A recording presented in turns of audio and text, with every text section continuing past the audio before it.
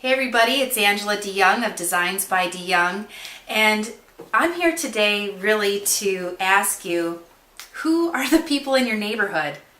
That's right, who are the people in your neighborhood? And that is the song that kind of keeps coming up in my mind because I have young kids. Who are the people in your neighborhood?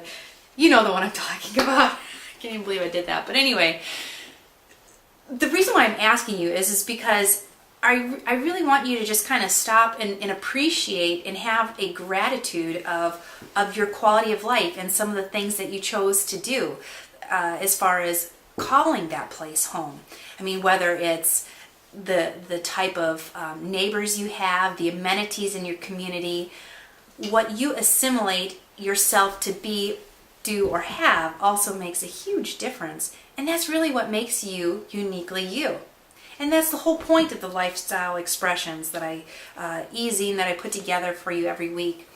And this message this time is really special to me because, as some of you may know, we are at our 1-year anniversary of celebrating our return or revival from the historic Nashville flood of 2010.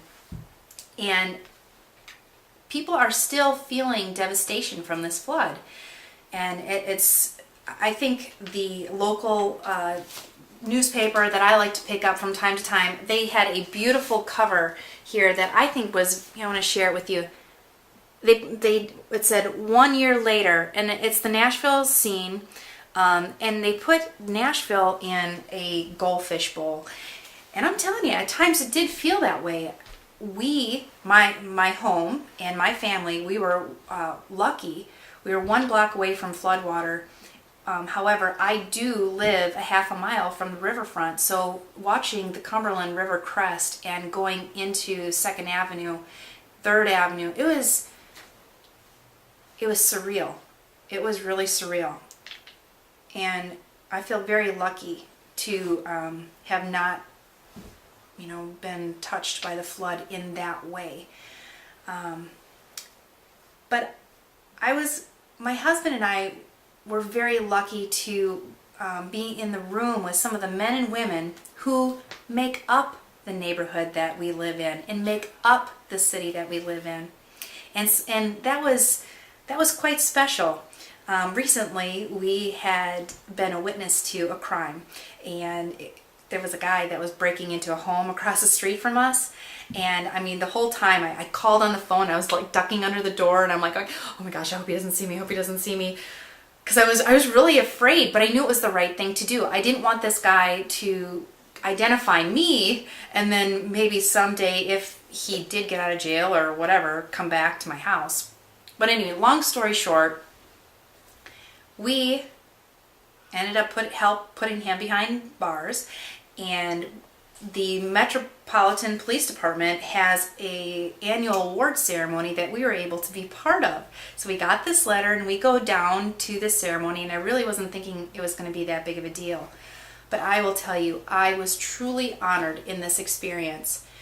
During that ceremony, the entire Metro Police Department was there. They had a color guard, and our mayor, Carl Dean, was there as well. And we got to go to the Lowe's Vanderbilt Hotel, which, if you've ever been, is quite spectacular. And we received a Citizenship Award for our efforts in calling in our crime. Now, what really was the most